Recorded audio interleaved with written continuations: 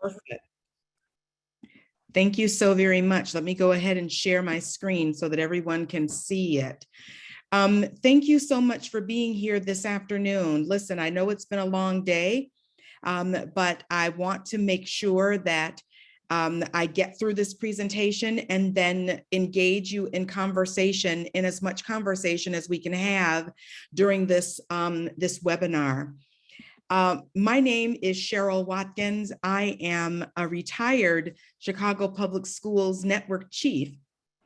I spent 33 years in Chicago Public Schools, 10 years as a teacher, 3 years as an instructional coach, and then 20 years as an administrator, an assistant principal, worked at central office, deputy chief of schools, and chief of schools. Now, that title, don't let it throw you off. It really is similar to a superintendent on steroids. That's how I identify myself. Right now, I am an adjunct professor and a presenter and an education consultant. You name it, I'm doing it right now, but I'm very happy to be with you this afternoon. I'm going to talk to you about a topic that's near and dear to my heart, and it is bullying. I have had extensive experience addressing bullying from a classroom teacher's perspective, assistant principal, even as a chief, I had to address this issue of bullying. So let me go ahead and start off by reading something for you. I am reading just a small snippet of Celia Behind Me. It's by Isabel Huggin.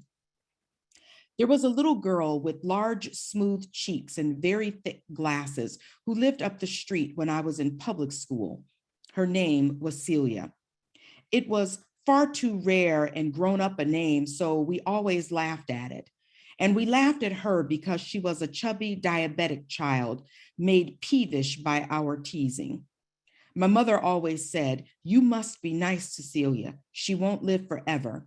And even as early as 7, I could see the unfairness of that position.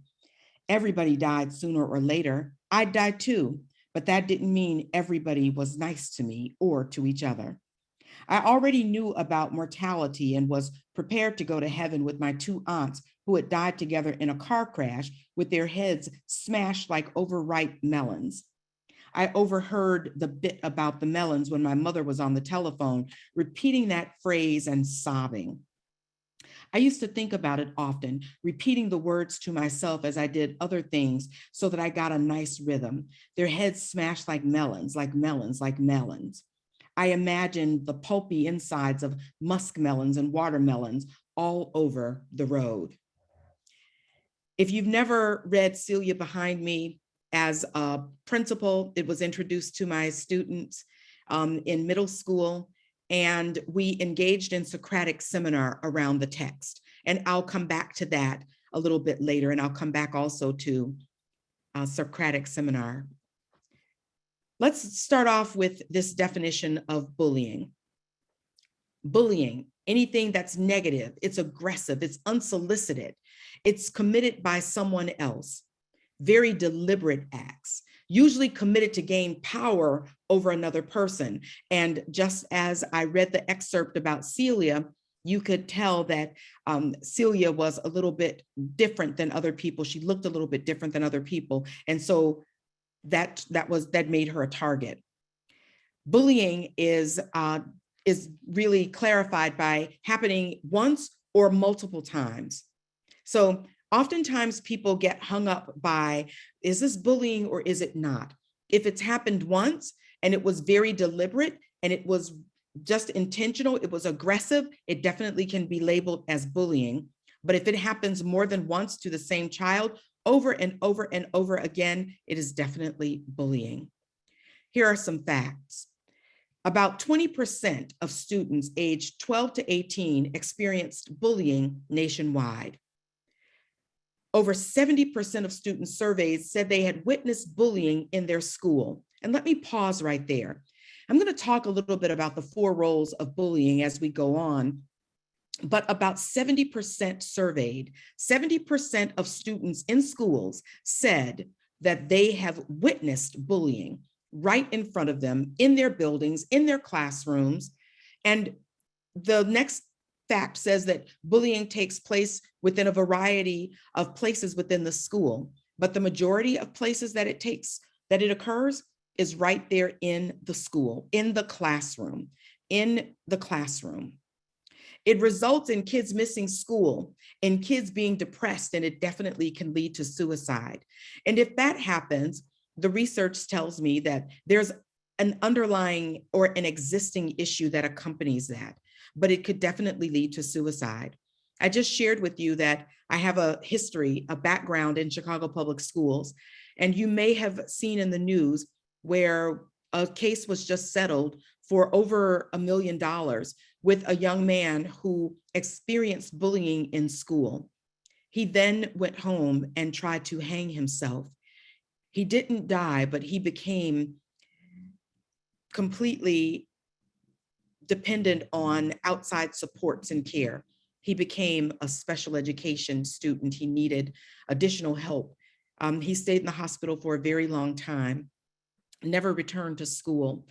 That case was just settled. So even though the research says that you can experience some bullying and it can lead to suicide that results from an underlying case, some underlying issues, it can definitely be different. It can definitely just come out of the blue, where the parent in this specific case had no idea that her son was close to suicide. Let me give you the bullying definition that's offered up by Operation Respect. And if you don't know about Operation Respect, I'm going to encourage you to do some research really quickly about them. Operation Respect is an organization that I used when I was a principal. So it's been around for a long time. As a matter of fact, they're celebrating their 20th anniversary. So here's their definition. It's one word: pain. There is something about this bullying, about this engagement, that has an imbalance of power. That's the P. And that power looks like something about size, something about age, some popularity, groupings, that kind of thing. The A in pain stands for aggressive. It's physical, it's emotional, it's relational. The I is intentional, in person or via social media. And the N is it occurs numerous times, so there's some repetition. So the definition I gave you at first is pieced together from other entities, but this is Operation Respect's definition, and I do like it. Why do kids bully? There's some learned behavior going on. They've learned how to empower, how to tower themselves over other kids. They've learned how to exert their own force over others who look different, who act different, whatever the case may be. It can be learned behavior. There's some fear factors for kids who bully.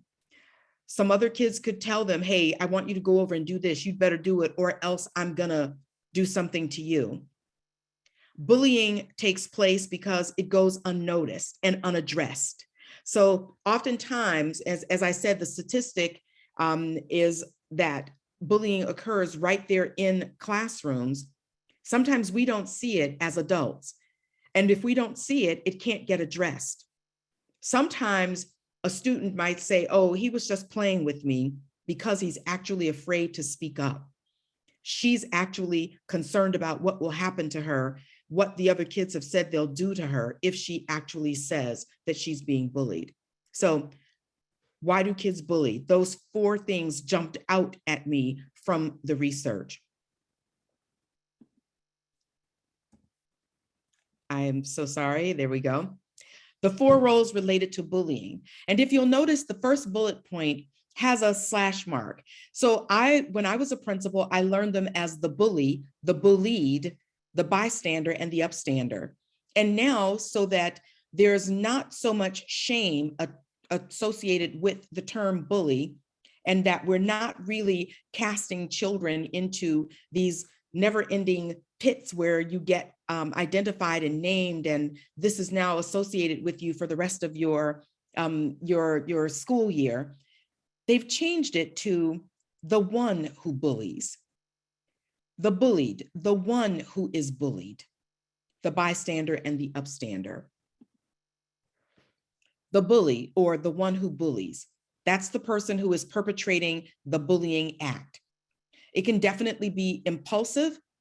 The bully, or the one who bullies, has been identified as someone who may have anger issues and often display a lack of respect. And let me pause there just for a second. That display of disrespect is not just for other students or their friends, it's also towards adults or someone who is considered to be an authority figure. The one who bullies often lacks some empathy, not able to put him or herself into the place where of the other child that they're perpetrating the bullying act upon. And the one who bullies often blames the victim. And let me give you an example of that. Well, if she wasn't so fat, I wouldn't bully her. Well, if he didn't talk like that, I wouldn't have to bully him. Look at him, he looks funny. So that's why I'm bullying him. Yeah, they can't talk. So yeah, they've opened themselves up for it. So the one who bullies can oftentimes identify the bully as being open for the bullying, for whatever the act is that they're perpetrating. The bullied. Typically, these are students who look different. They're looking different because of their size, their race or ethnicity, their ability. And let me pause there. By ability, I'm specifically speaking of children who may have IEPs, those students who may have 504 plans, those students who are medically fragile, those students who may have autism, those students who may have a physical disability. Ability causes kids to be targeted, unfortunately. Their gender. So if there are a classroom and there are more boys in the classroom than girls, that could often set up an atmosphere for bullying. Preferences that children have stated can cause them to be a target.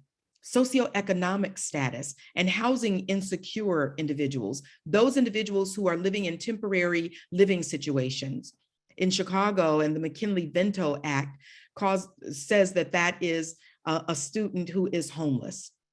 Popularity. It can go both ways. Sometimes those kids who are more popular than other kids get bullied, and just the opposite. Those kids who are not as popular can be bullied. Your sexuality. So the LGBTQ+IA community has stated that a large number of students are being bullied for their preferences, for their sexual preferences. Those students who speak different languages, who may not speak English as clearly as another student, or English may not be their first language, oftentimes are targets for bullying. And those individuals who are overweight or underweight, again, can open themselves up just because of their weight to some unwanted bullying, some unwanted comments. The bystander. They stand by and watch bullying take place. Now listen, those of us who have seen television, if you're on any kind of social media platform, you can see that what's common now is to whip out your phone and to take pictures and to take video and to post that to social media platforms. Those are bystanders. They're not doing anything.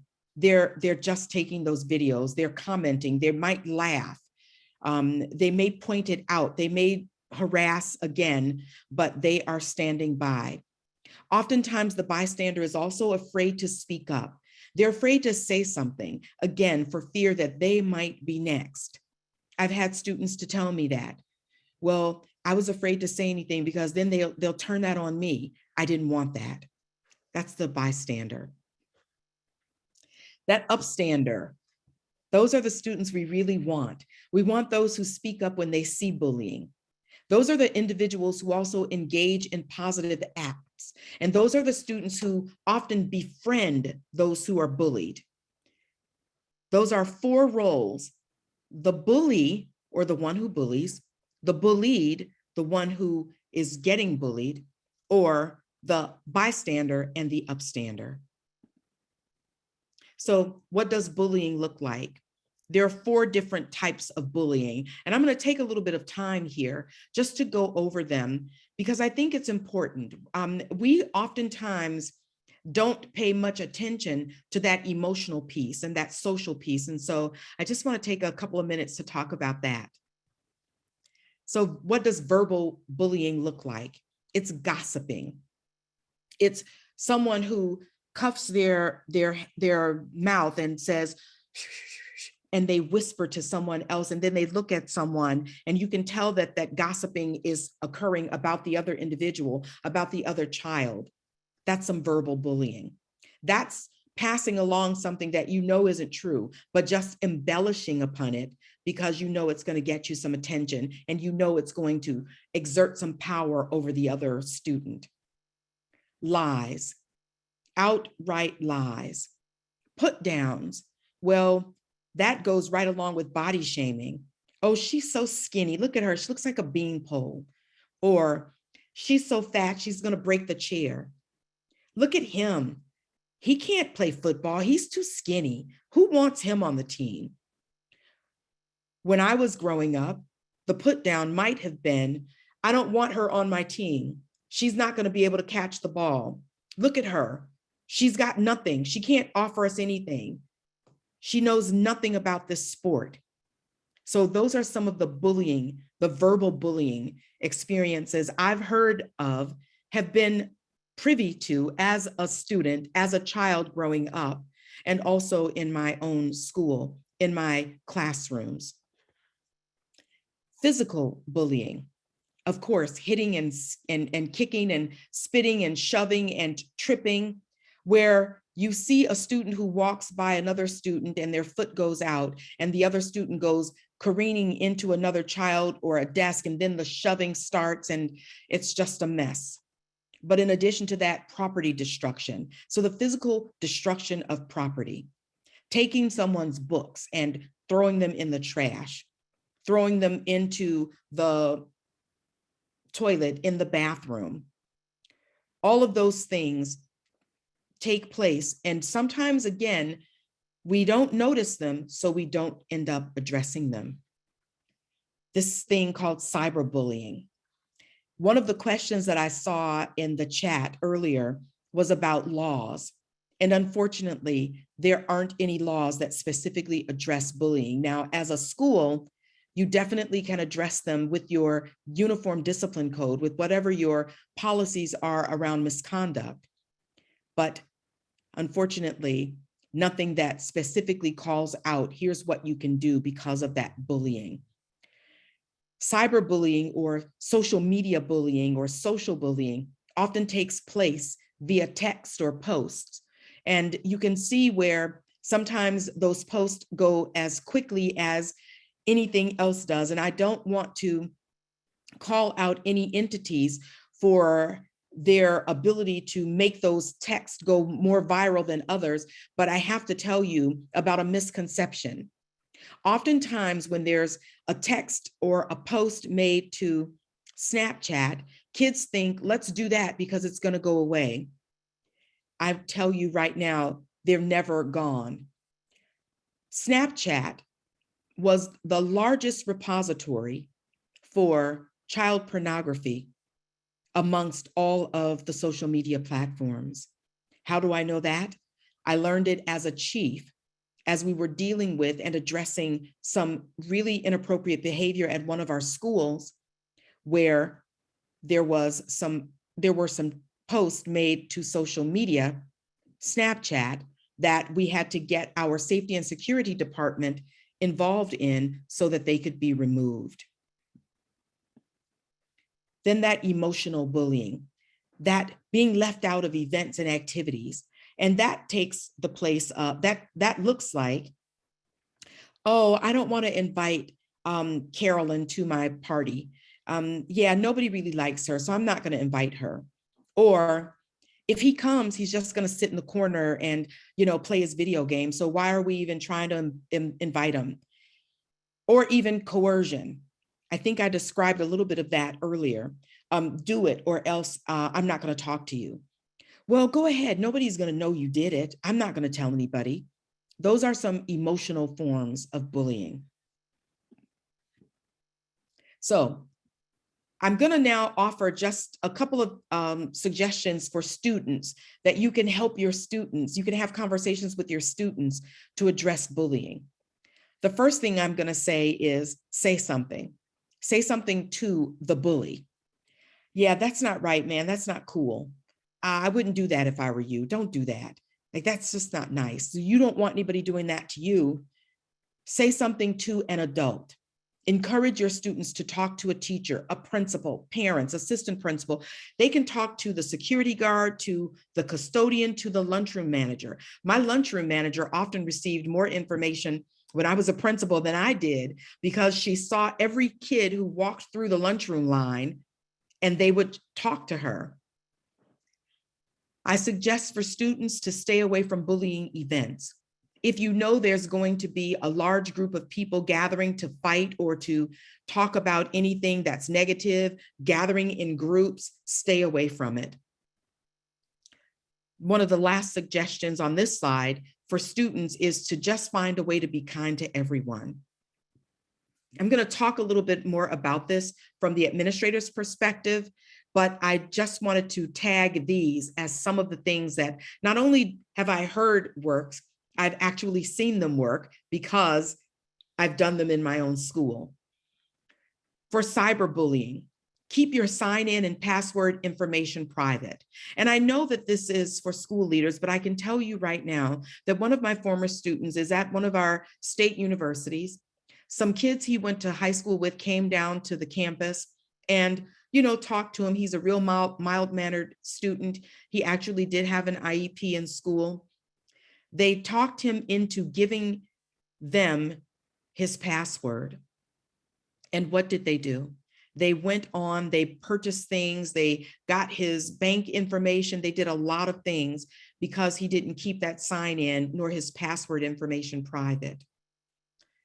When you have kids who are on social media, the best thing is to avoid making any kind of negative comments. Don't say anything that can't be construed as positive.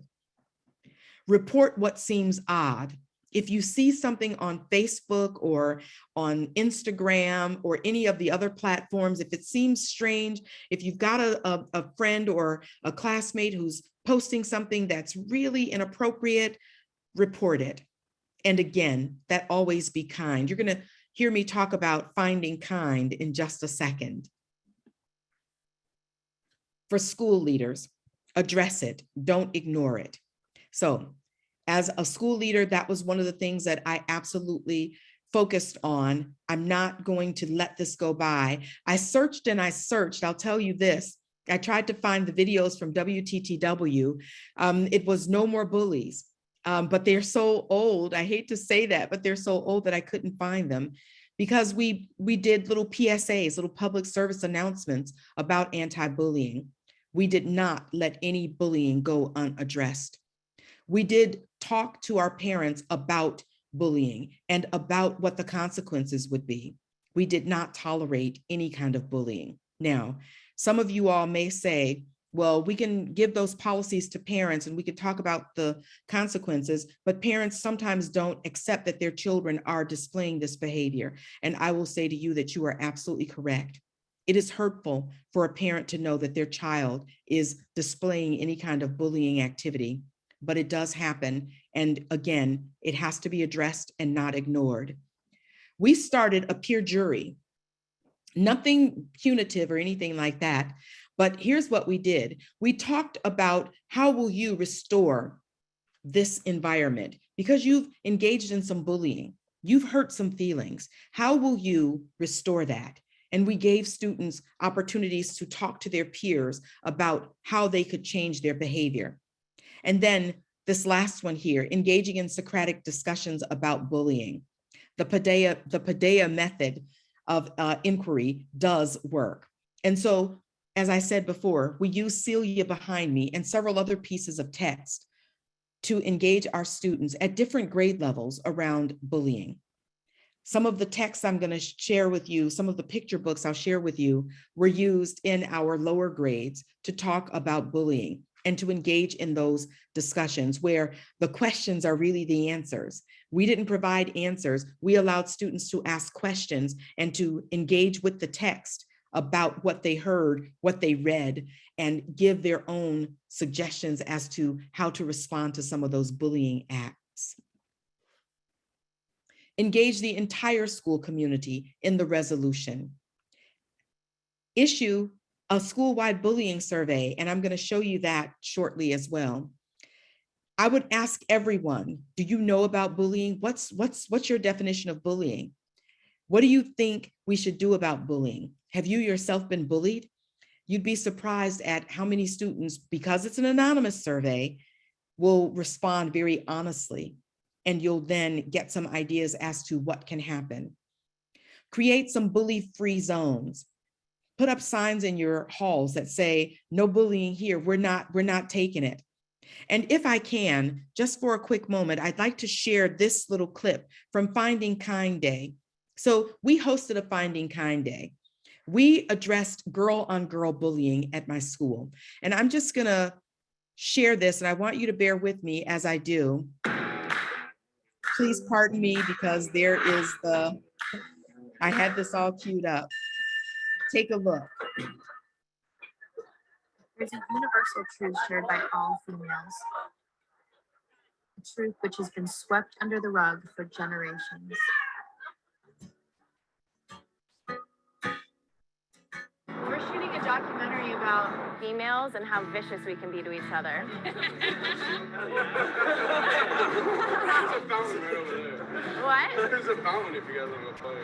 That's a great thing. It's about time. Between girls, it is like a, ancient Roman war or something. On a good day, they're all really cute and drawing hearts all over each other's papers and stuff. On a bad day, it's a bloodbath. But what's really going on in Girl World? I'm Lauren, and that's Molly. On September 1st, 2009, we packed a minivan with our cameras and our mothers and embarked on an over 10,000-mile-long journey across the country with the hope of establishing a national school program for girls.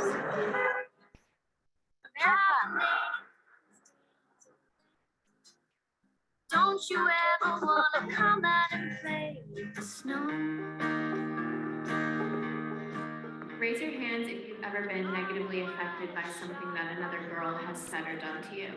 Got your papa bear, but you And it's really hard to imagine girls in elementary school having such hatred inside of them. I was really scared to walk from one class to the other without being pushed into a locker, coming home with a black eye, because I didn't know what they were gonna do. How many of you guys have daughters? And have you all seen this sort of like vicious behavior between? Oh yeah, mine will go to Fist City over a pretzel. like guys are all friends and stuff, and like girls are just like, I don't like you and stuff. Yeah. Yeah. But I resent the school system, I guess. Maybe it's not just local. It's a bigger picture than that because they don't have anything in place that I can find. You know, I still even today, I never really told anyone how much it hurt. I think I've been one of the best friends that I could be to anybody, and I just love to have a friend like that for me. You know, even if they're not nice to you, it's that feeling of you don't know their story. So don't assume that you know their story. She said, wish I was dead, Mom. And she was 9. If there's one thing we can all be, we may not all be beautiful, we may not all be smart, we may not all be talented, but we can all be kind. The two of us. Listen, seeing that reminds me of just what my students and I did during our own Finding Kind Day.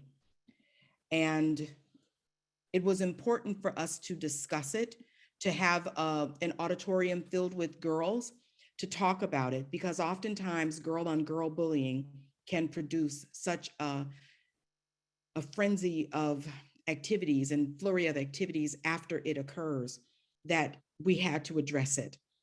I was not prepared for the overwhelming amount of bullying that my girls said took place. I wasn't prepared for it. But we addressed it and we took care of it over many, many days.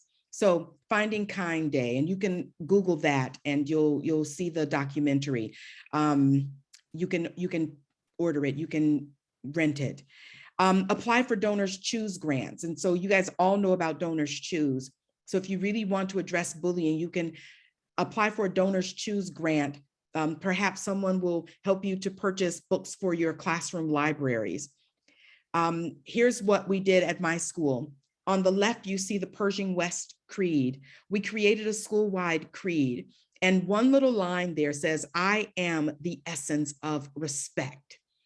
That means that we're going to be respectful no matter what it takes, no matter where we are within our school building. We're not giving up. We identified, again, as I said, that day to be kind. I included books about bullying in each classroom, and we had a media center, and I put lots of books there about bullying. We engaged our school counselor, our social worker. I might mention that again later. We explored some mindful techniques so that we could talk to kids about being their best selves, and we established an SCAS group. Students Creating a Safer School group. And I'm going to talk a little bit about that. SCAS. It was a student-led initiative where kids volunteered to be part of this campaign to eradicate bullying within our school. Again, it was supported by the school counselor, by our social worker, and by other adults. And that other adult happened to be me. I was the SCAS sponsor for a couple of years until we got it off the ground, and then I turned it over to our school counselor. We met regularly to develop some needed skills to support students. So there was always an 8th grader who was the SCAS leader, a 7th grader was the co-leader, so that when the 8th grader graduated, the 7th grader would step right up into the role as leader, and then we'd vote for a new 7th grader to be the SCAS co-leader. We talked. Have you ever been bullied? What did that look like? What did it sound like? What are some things we can do? I taught them how to listen, how to look right in the students' faces and have conversation. So they had lunch table conversations. We'd put up a little tent that said SCAS, and any student who was bullied or even the bully could come over and just have conversation with one of our kids. We taught them to listen for emergency words, such as, I don't really like myself, or I think my mother said I'm depressed. So we taught them to listen for those kinds of words, and then taught them how to really say, wait a minute, I got to get some help. Can you wait just a second? Let me go get the counselor. Let me go get the principal. Let me talk to the assistant principal. So that's Students Creating a Safer School. We also partnered with the Children's Brain Research Foundation and created a little video and showed it to our students. Every year we showed that video. It starred them, so they were happy about that, but we absolutely showed the video. Here's one of our bullying surveys that we gave to students. And we really wanted to find out if the kids thought that bullying was just nothing, or was it really something. I believe that bullying is just teasing, true or false. Some people do things that make them deserve to be bullied. And so again, if we go back to something I said earlier, it's about blaming the bully. Like, because I'm overweight, I deserve to be bullied, or because I'm too skinny, I deserve to be bullied. So believe it or not, some students do believe that. I'm just going to go down right now to question 6. Nobody can help me if I'm getting bullied. We had students who believed that there was no one who could help them. So on the Finding Kind video, you saw that one of the young ladies, the parent said, Her mother said, I just wish I was not born. I wish I were dead. And she was 9 years old. So that's the stuff that really grabs you at your heart, because you know that there's something that can be done, but it takes a full-on approach. Only boys are bullies. Bullies will go away if you ignore them. That, again, it's one of the questions that we ask our students, but I can tell you that that is not the answer. Do not ignore a bully. Bullies have to be addressed. And then let me jump down to 15. I've been bullied before. Some of these pictures brought back such great memories for me as I put this presentation together. At the first row, you see our SCAS leader. His head is down and he's signing an autograph book for one of our students who typically didn't have very many friends. He was our SCAS leader. He's also the young man in the lower right-hand corner. He was a very serious young man. He took it so seriously to be SCAS leader. In that first row, again, up at the top in the right side, you see a configuration for Socratic seminar and dialogue. And that's what was taking place around a piece of text where the adult is engaging the group in questions and responding to questions that have them to think about the text and to give some solutions or some resolutions, or how would you do things differently based on that. In the bottom row, on the left-hand side, another Socratic seminar session. And you can see that the age group for students it varied, sometimes middle school, sometimes intermediate. Two of my students holding a book, Oliver Onion, all about learning to be comfortable with yourself and embracing who you are. Just one of the books that we used, not just for our primary or intermediate students, but we had picture books in classrooms as well. Picture books allow you to tell such a great story and to engage individuals at all ages. Again, this SCAS moment, this notion of let me help our students, serving as lunch table buddies, engaging in speaking to all students engaged in bullying acts. So that means the bully, the bullied, the bystander, and the upstander. The kids who were in our SCAS group befriended the bullied, those who were victims. They also reported things again to the school counselor. And they were my little ambassadors who helped to spread the word about being kind. Here are some of the books that I had in the school and that I still have copies of right now. Peace begins with me. I internalize it. It actually begins with the individual, but with me. I can do something about peace. King of the Playground, and also Mean Jean the Recess Queen. Do you guys know that one? Stop Picking on Me. Here's another. Nobody Knew What to Do. Here's a book by Sharon Draper. It's Out of My Mind. If I could read this book to you, if I could do a read aloud today, I absolutely would. It is one of my favorites. It starts off so wonderfully, and it'll give you an idea as to what was going on in the story. Let me please just read chapter 1. Words. I'm surrounded by thousands of words, maybe millions. Cathedral, mayonnaise, pomegranate, Mississippi, Neapolitan, hippopotamus, silky, terrifying, iridescent, tickle, sneeze, wish, worry. Words have always swirled around me like snowflakes, each one delicate and different, each one melting untouched in my hands. Deep within me, words pile up in huge drifts, mountains of phrases and sentences and connected ideas, clever expressions, jokes, love songs. From the time I was really little, maybe just a few months old, words were like sweet liquid gifts, and I drank them like lemonade. I could almost taste them. They made my jumbled thoughts and feelings have substance. My parents have always blanketed me with conversation. They chattered and babbled. They verbalized and vocalized. My father sang to me. My mother whispered her strength into my ear. Every word my parents spoke to me or about me, I absorbed and kept and remembered, all of them. I have no idea how I untangled the complicated process of words and thought, but it happened quickly and naturally. By the time I was 2, all my memories had words and all my words had meanings, but only in my head. I have never spoken one single word.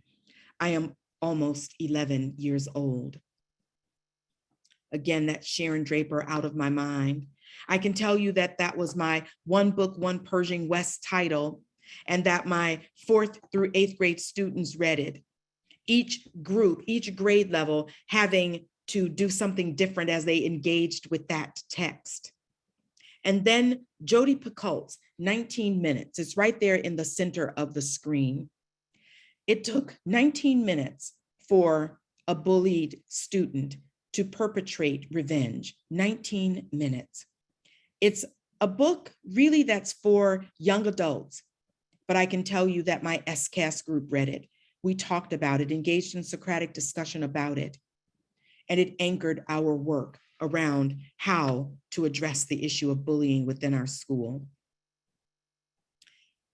Queen Bees and Wannabes is the last one. Helping your daughter to survive cliques and gossips, boys, and the new realities of girl world. I put 2 different resources here.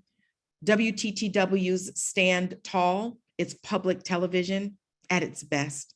And again, Operation Respect. Operation Respect has some music that is associated with it. It's by Peter Yarrow from Peter, Paul, and Mary.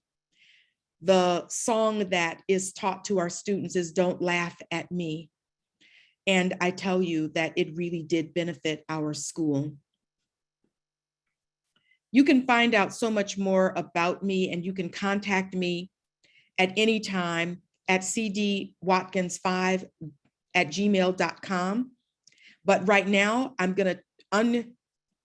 gonna stop sharing my screen, and I'm actually going to take questions because I think that is most beneficial. I know that there are questions in the chat, and also I received a question in the Q&A. Yes, so is there any information that details how to determine the effects of bullying kids with autism? Yeah, to what extent do we know how they're affected? Listen, I can tell you that my background is special education, and I taught kids with autism for a number of years. And also I was just at a sneaker ball here in Chicago that was by the Autism Society here in Chicago. There really isn't any definitive information about how kids with autism are impacted by bullying. Although I can tell you that I believe that just as you and I experience hurt, that kids with any kind of a disability also experience hurt. I don't know that there are any studies, but guess what? I will, if you will email me, I'll put my email in the chat. If you will email me, I'll keep in contact with you, and I will reach out to some of my friends who are still in the autism community, and I'll find out for you. So I just dropped my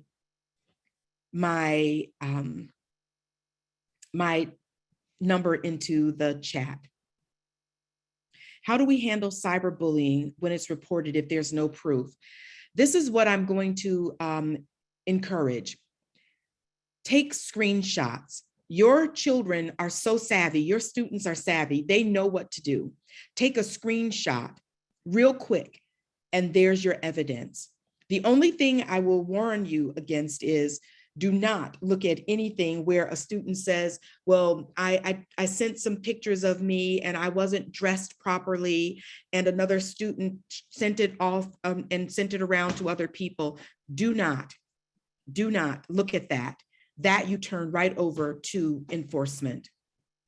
You can track cyberbullying. You can also get those posts removed. As I said, in Chicago Public Schools, we had a large safety and security department, and they worked closely with social media platforms and were able to get some of those things removed. So you can absolutely get that removed. I'm going to, yes, I will share the presentation. The Illinois Principals Association will do that. I am just scanning the chat and I'm just going from the bottom up, so bear with me. I'm going to get to as many as I possibly can. We know that many parents will not accept that their child is a bully. How do we overcome that? With a parent on our team to deal with the bullying, the one who is bullying will not stop.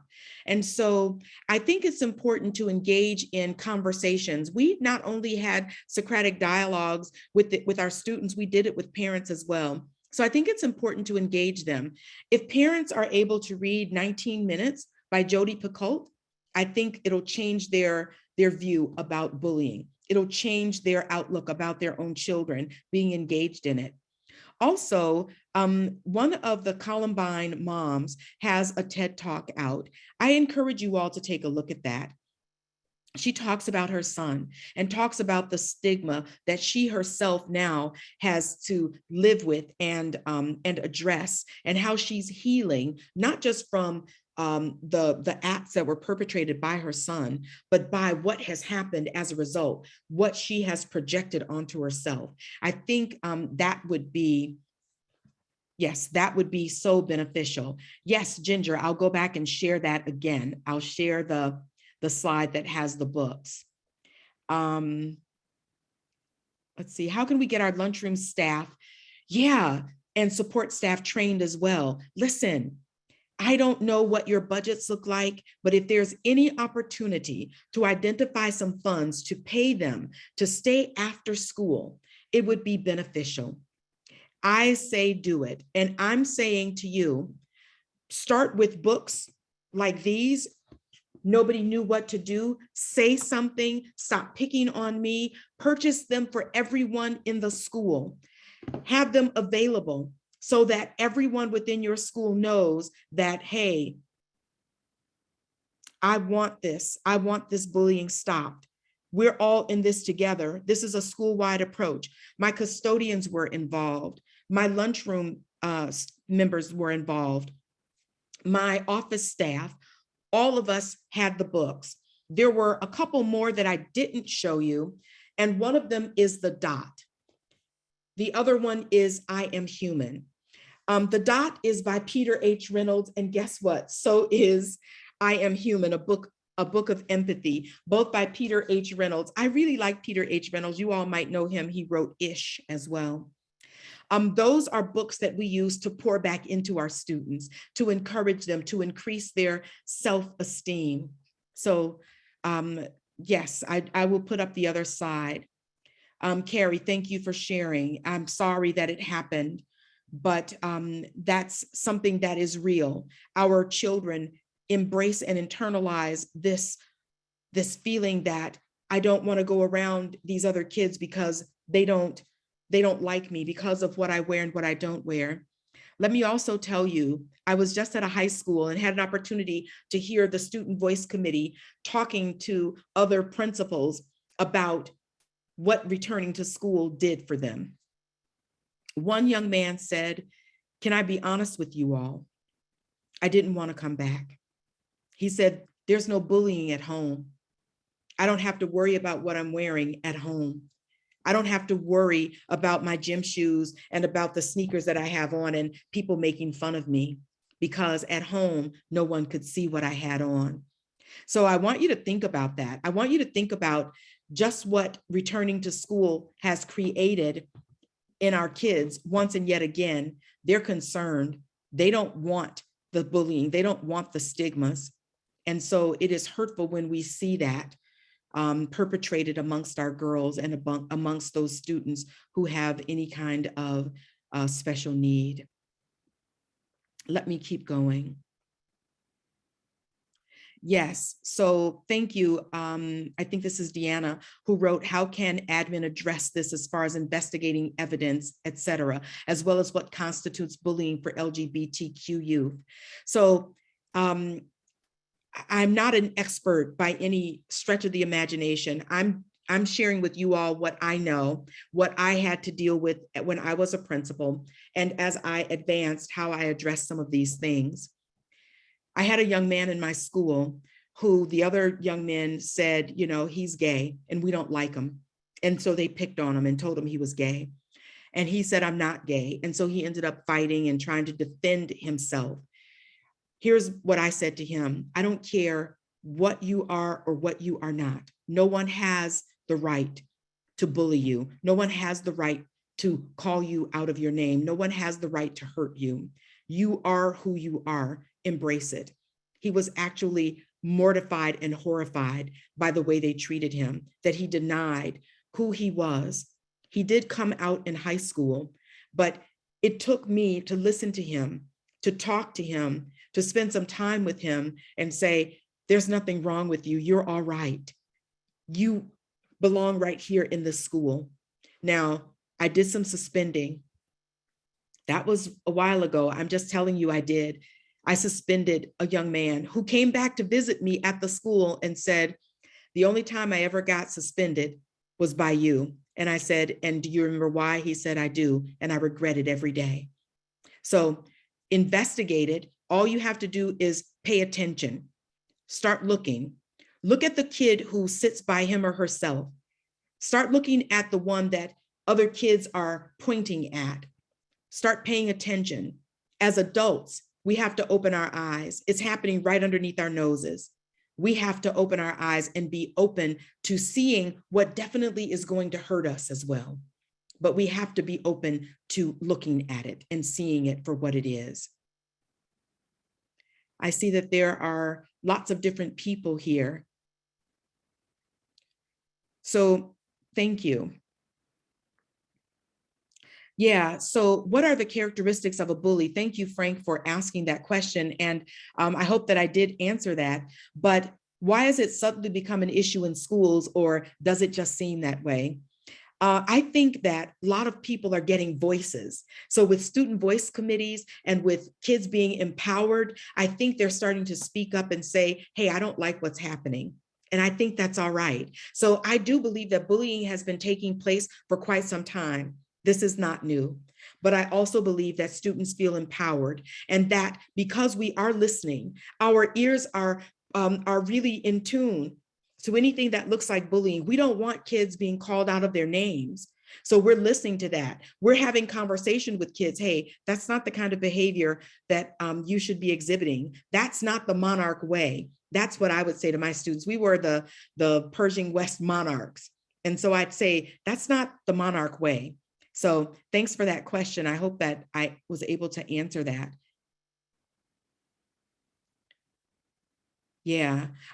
So thank you for this question, Stacy. And I'm going to go back and share my screen one more time and put the books back up so that you can see those. But one of the things that you said was, how do we go about talking to our kids or about the communication? Listen, we have to talk to our kids a little bit differently now. Talk to your students a little bit differently and say, hey, if it looks like I'm not listening, I need you to get me to listen. We had little boxes on the desk of every teacher. It was an SCAS box. And if you wanted to put something in that was anonymous, you could put something in that said, hey, I'm being bullied. I need some help. We just made it very accessible for us to be reached and talked to about bullying, about things that were happening within our classrooms. So I hope that this was helpful. I know that it is 3:57. Again, I will put up my contact information. Take a picture of this screen. These were books that we had in our classroom libraries. We had books about kids who were different. I'm looking at one more. that I don't think I showed you. And it is My Brother is Wonderfully Different. I'm sorry, you can see my ring light. Yeah, my Brother is Wonderfully Different. And it's by Daphne Kennedy Johnson. If we had more time, I'd read to you some more from Celia behind me. I'd read to you some more from Out of My Mind. I'd talk to you a little bit longer about some more things that we did at our school, but I think this gives you an idea of how we were able to really impact and really eradicate bullying as best we could. So I'm going to turn it back over to IPA and bid you all a great evening. Thank you so much, Dr. Watkins, for sharing that important presentation with us. And thank you to everybody who participated and asked questions. I will be sending out a link to this recording tomorrow as it's been processed and put on YouTube. All registrants will get the link, even those who were unable to attend. Along with the link to the recording, I'll be sending out an evaluation form. And if you complete that, all of our Illinois participants will get the ISB Evidence of Completion form for entering 1 hour of professional development credit for attending this webinar live. So thank you once again from Illinois Principals Association and Ed Leaders Network. You are now free to leave the webinar session, and we will see you next time. Thanks, everyone.